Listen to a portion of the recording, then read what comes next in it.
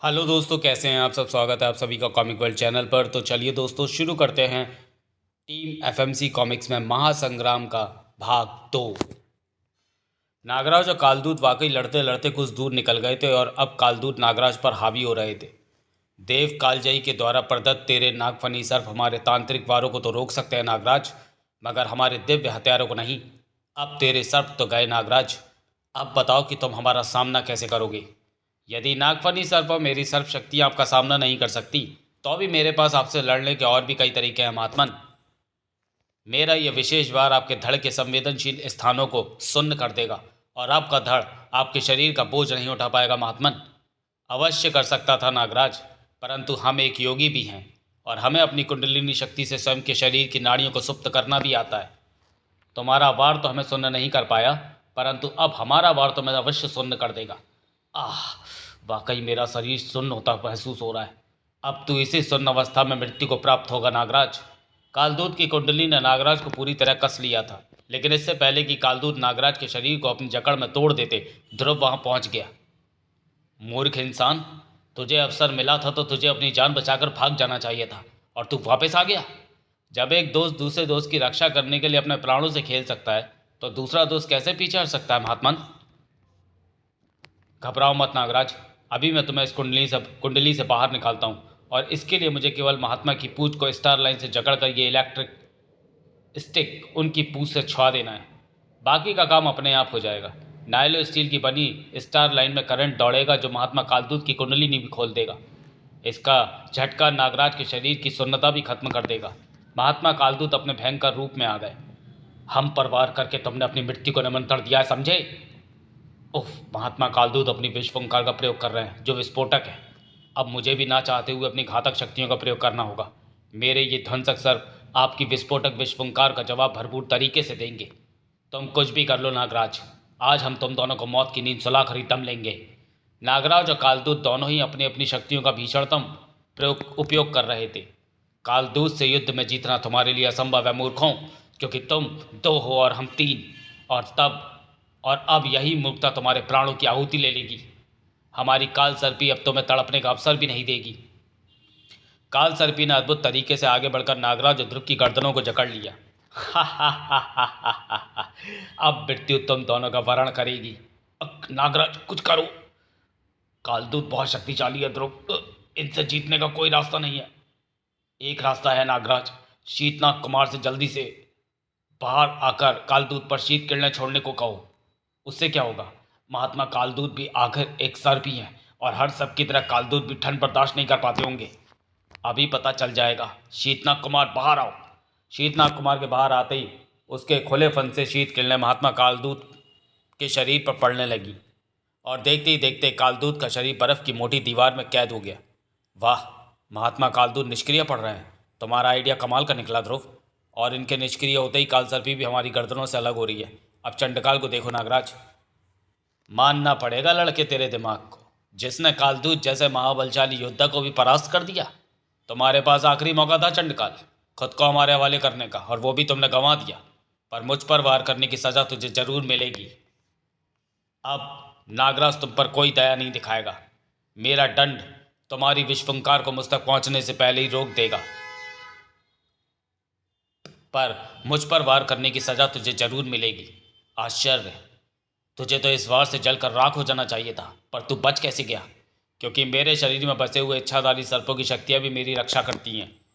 वाह नागराज, तूने अनजाने में ही मुझे खुद को खत्म करने का रास्ता सुझा दिया। नागराज के शरीर में बसने वाले सभी चमत्कारी और इच्छाधारी सर्पों, मैं अमर स्फटिक धारक नागदीप का सम्राट तुम्हें आदेश देता हूँ कि नागराज का शरीर छोड़ दो। अगले ही पल नागराज के शरीर से इच्छाधारी सर्पों की बाढ़ उमड़ पड़ी। ये क्या, तुम सभी मेरा शरीर क्यों छोड़ रहे हो। हम मजबूर हैं नागराज। नागदीप के शासक के आदेश की अवहेलना करना हमारे अधिकार से बाहर की बात है। हमें क्षमा करना नागराज। नागराज के लिए यह महानतम अचरज के पल थे। हम विवश हैं नागराज। सोडांगी, शीतनाग, कुमार नागू, तुम सब भी मेरा शरीर छोड़ रहे हो। हम विवश हैं नागराज। हम अमर स्फटिक धारा की बात नहीं काट सकते, हमें माफ़ करना। ओह, मेरे शरीर में बसने वाले इच्छाधारी और चमत्कारी सर्प मेरा साथ छोड़कर जा चुके हैं। मुझे बहुत कमज़ोरी का एहसास हो रहा है। हे भगवान, ये तो बहुत ही खतरनाक स्थिति हो गई है। नागराज कमज़ोर है और मैं इन चमत्कारी शक्तियों से अकेले सामना नहीं कर सकता। इस स्थिति का लाभ उठाकर चंडकाल हमें जान से मारने में कोई कसर नहीं छोड़ेगा। मुझे स्वयं और नागराज को उसके घातक हमलों से बचाना होगा। नागराज, तुम ठीक तो हो ना? मैं ठीक हूँ ध्रुव, पर मेरी जली हुई खाल को अब पहले की तरह मेरी शक्तियाँ भर नहीं पा रही हैं। मुझे संभलने में थोड़ा टाइम लगेगा। नागराज की हालत सही नहीं है। नागराज की छोड़ो और अपनी फिक्र कर लड़के, क्योंकि अब तुझे मारने के लिए मेरे आदेश पर सारे इच्छाधारी और चमत्कारी सब तेरी ओर बढ़ रहे हैं। हे भगवान, अब नागराज के साथ मुझे अपनी भी रक्षा खुद करनी पड़ेगी। पर कैसे? इन चमत्कारी सर्पों पर स्टार लाइन और स्टार ब्लेड तो कारगर सिद्ध नहीं होंगे। सिग्नल फ्लेयर की मदद से इनको अपने पास आने से रोकता हूँ, और वह भी ज़्यादा देर नहीं, क्योंकि फ्लेयर्स के बुझते ही ये हमारे नज़दीक आ चुके हैं और अब इनका कोई भी वार घातक हो सकता है। अब अगर मुझे कहीं से मदद नहीं मिली तो मेरा और नागराज का बचना नामुमकिन होगा। और जैसे ध्रुव की पुकार भगवान ने सुन ली। स्वर्णद्वार, इसका मतलब यहाँ आ पहुँचा है स्वर्ण नगरी का राजकुमार और मेरा मित्र देव धनंजय। तुम यहाँ कैसे? चंडकाल स्वर्ण नगरी से भाग चुका है ध्रुव।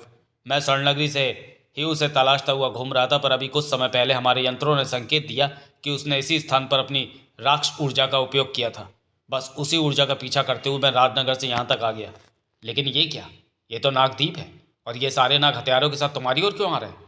सब बता दूंगा, पहले यहाँ से निकलने का इंतजाम करो, वरना नागराज और मैं दोनों का बचना मुश्किल हो जाएगा। नागराज तो घायल अवस्था में है। ठीक है ध्रुव, मैं अभी स्वर्णायाम द्वार बनाता हूँ, तुम नागराज को उठा लो। मैं तैयार हूँ धनंजय। जल्दी करो ध्रुव, यह आयाम द्वार ज़्यादा देर तक नहीं खुला रहेगा। नागराज को लेकर जल्दी अंदर आ जाओ। नहीं, मैं तुम सभी को यहाँ से जीवित नहीं जाने दूंगा। चंडकाल नागराज और ध्रुव की ओर लपका, लेकिन चंडकाल के कुछ कर पाने से पहले ही नागराज, ध्रुव और धनंजय स्वर्ण द्वार में समा चुके थे। नहीं, मेरी आंखों के सामने से ही तीनों निकल गए, और अब तक तो वो स्वर्ण नगरी तक भी पहुंच गए होंगे। और अभी अगर मैंने इस स्वर्ण द्वार पर वार किया तो शायद देव ऊर्जा मुझे भी स्वर्ण नगरी में खींच ले। मैं ये खतरा मोल नहीं ले सकता। नागराज, ध्रुव स्वर्ण नगरी पहुंच चुके थे। नागराज की हालत सही नहीं है, इसे जल्दी देव वैद्य को दिखाओ धनंजय। वैद्य जी आते ही होंगे। अब तो खड़े होने की भी शक्ति नहीं बची है। घबराओ मत नागराज, देव वैद्य आ चुके हैं। अब अभी तुम स्वस्थ हो जाओगे। इधर चंडकाल का क्रोध उबल रहा था। इतना अच्छा मौका मिला था, लेकिन सब खत्म हो गया, सिर्फ उस देव धनंजय के कारण। अब मानवों के साथ साथ देवों का भी विनाश भी तय है। अब समय आ गया है अमर स्फटिक की शक्तियों को उपयोग में लाने का। चंडकाल ने अमर स्फटिक दंड को भूमि में स्थापित कर दिया। मेरी राक्षस ऊर्जा प्रचंड हो और फैलो चारों दिशाओं में, ताकि मुझे और पाप शक्तियाँ प्राप्त हों। अमर स्फटिक चंडकाल की राक्ष ऊर्जा को फैलाने लगा, और यह प्रचंड राक्ष ऊर्जा किसी और तक भी जा पहुंची थी। पाप और बुराई अंधेरे का स्वामी तमराज किल्विश। आहा, इतनी प्रचंड पाप शक्तियाँ, ये तो अद्भुत है। परंतु ये किसी अन्य माध्यम के लिए गमन कर रही हैं। अगर ये मुझे प्राप्त हो जाए तो मेरी शक्ति कई गुना बढ़ जाएगी, और मुझे इस शक्ति को प्राप्त करने के लिए इनके स्रोत तक पहुंचना होगा। किल्विश का शरीर पाप तरंगों के साथ होता हुआ चंडकाल के पास तक जा पहुंचा। आहा, प्रचंड ताप ऊर्जा, इतनी जो मेरे शरीर को शीतलता प्रदान कर रही है। कौन हो तुम, और पाप तरंगे तुम्हें कैसे प्राप्त हो रही हैं? तुम मुझे नहीं जानते, अंधेरे के सम्राट तमराज किल्विश को, जबकि मैं तुम्हें पहचान गया हूँ, पृथ्वी के आखिरी राक्षस चंडकाल। तुम किल्विश हो, जो पृथ्वी पर पाप और बुराई का ही दूसरा रूप माना जाता है। हाँ, मैं वही किल्विश हूँ, चंडकाल, अंधेरे का सम्राट तमराज किल्विश। और मुझे लगता है कि अगर तुम और मैं संधि कर लें तो हम सारी पृथ्वी पर राज कर सकते हैं। मुझे किसी संधि की ज़रूरत नहीं है किल्विश, क्योंकि अभी मुझे अपने दुश्मन को मारना है, यानी ब्रह्मांड रक्षकों को। अवश्य मारो चंडकाल, लेकिन शायद तुम्हें पता नहीं कि इस पृथ्वी पर एक ऐसा भी शख्स है जो अकेला ही ब्रह्मांड रक्षकों से अधिक शक्तिशाली है, और जिसके रहते तुम कभी सफल नहीं हो सकते। कौन है वो जो इतना शक्तिशाली है? मुझे उसका नाम बताओ तमराज किल्विश। पाप ने अंधेरे के साथ साथ साथ हाथ मिलाने की शुरुआत कर दी थी, और सत्य के रक्षक अनजान थे। तुम्हारी शक्तियाँ अभी पूरी तरह से वापस नहीं आई हैं, और इस हालत में बाहर जाना सही नहीं है। नहीं, हमें चंडकाल को रोकने जाना ही होगा। धनंजय का कहना सही है नागराज, अभी तुम कमज़ोर हो। मैं कमज़ोर अवश्य हूँ ध्रुव, लेकिन हाथ पर हाथ धरे बैठ नहीं सकता। अमर स्फटिक चंडकाल के हाथ लग गया है, और वो उससे कुछ भी कर सकता है, कुछ भी। इसलिए हमें उसे रोकने जाना ही होगा। ठीक है, लेकिन हम चंडकाल को रोकें तो कैसे? क्योंकि हमें इस विषय में कुछ पता ही नहीं। हमें कोई ना कोई रास्ता ज़रूर मिलेगा ध्रुव, बस थोड़ी सी मेहनत करनी होगी। मानवता जब भी संकट में होती है तो ईश्वर उसके रक्षकों की सहायता अवश्य करता है। इस बार भी ईश्वर तुम्हारी सहायता अवश्य करेगा पुत्र नागराज। यह आवाज़ तो महात्मा गोरखनाथ, गुरु गोरखनाथ, बाबा गोरखनाथ और इस संकट से निपटने के लिए ईश्वर ने शायद मुझे तुम्हारे पास भेजा है। प्रणाम स्वीकार करें गुरुदेव। यशस्वी भव पुत्र। गुरुदेव, आज एक बार फिर आपकी सहायता और मार्गदर्शन की आवश्यकता जान पड़ी है। हमें ज्ञात है पुत्र, इसलिए तो हमें स्वयं आना पड़ा। इस बार संकट भी पड़ा है और उसका असर भी, इसलिए शायद इस बार ब्रह्मांड रक्षकों को अपनी पूरी शक्ति झोंकनी पड़े।